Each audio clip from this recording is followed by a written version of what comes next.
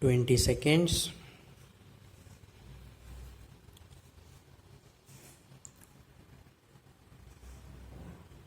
Be ready. 10 seconds.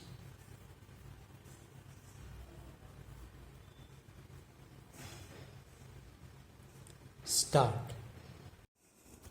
I am thankful to you for having given me this opportunity long last to say a few words on the budget. Already much has been said, and I think the finance minister has come in for his share of congratulations as well as criticisms. So there is not very much to say, but I should like to say a few words. The increased development expenditure and the absence of any new taxation has earned for the budget a good response even from the businessmen.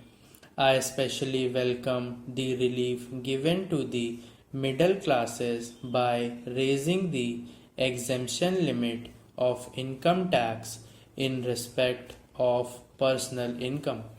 No doubt this is some relief to the middle classes, but I would request the finance minister if he could to raise this exemption limit from rupees 4,000 to rupees 6,000, as that would give substantial relief to the middle classes. I am indeed glad that the Taxation Inquiry Commission has been appointed with Dr. John Matai as the chairman, and I am sure that many of the vexed problems may be solved through this commission. At the same time, I would request the finance minister to put off the estate duty bill for the present, since this inquiry commission has been appointed, as they may go into this question. For I feel that it is not an opportune moment to put on more taxes on the people.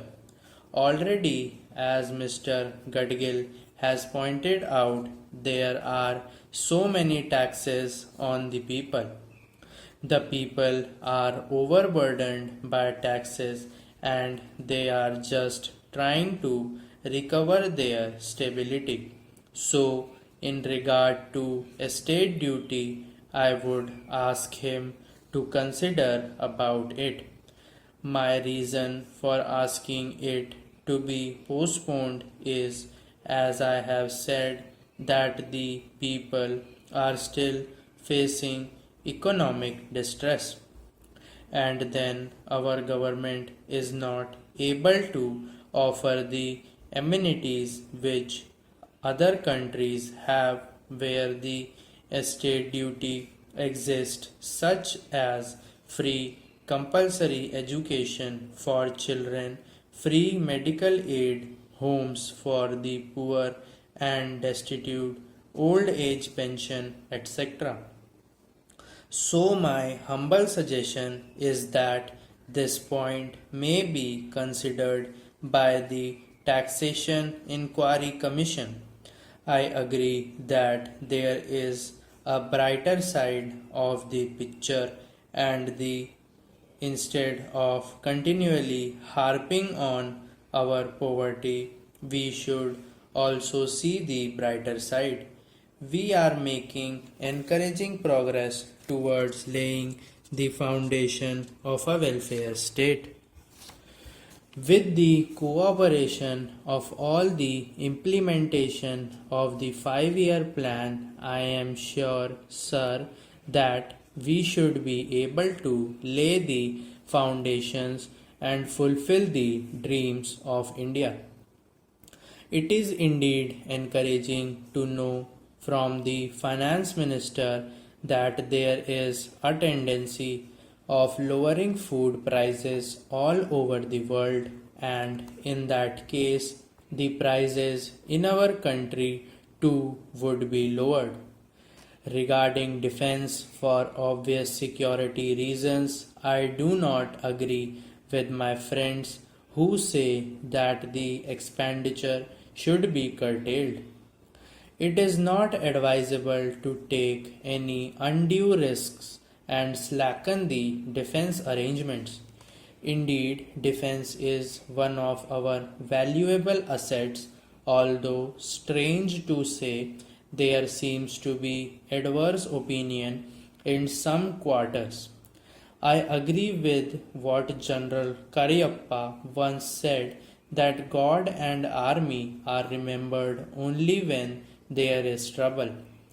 The army consists of the most disciplined and loyal set of young men. It would not be proper to affect economy in the pay of these brave officers, as it would not be an incentive for the right type of young men to join the army, and it would become ineffective and inefficient. I believe already officers who were drawing rupees 1400 as their pay are now getting only 1700 and about rupees 100 as allowance. That is, they are getting about half of what they were getting before. It is very hard for those officers on field duty to establish separate establishments for their families and for their children, and I would especially appeal to the finance minister to see that the family allowances may be restored to those officers who are on field duty. Economy in army could be affected in other ways. There is scope for more efficient operation of defense industries, which process seems slow, and by purchase policy of utilizing goods and stores indigenously manufactured. Preference should be given to country-made war materials such as could be produced here, and they would be cheaper than foreign-made goods.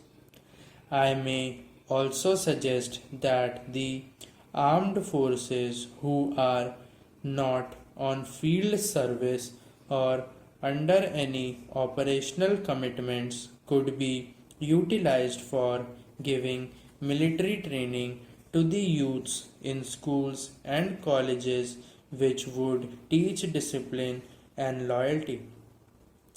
The university authorities should take military training as part of their compulsory education, just as they have adopted social, domestic, and political sciences. The National Cadet Corps is already inculcating military training in some universities such as Bombay and Calcutta. But if military training is made compulsory for our university students, it will go a long way.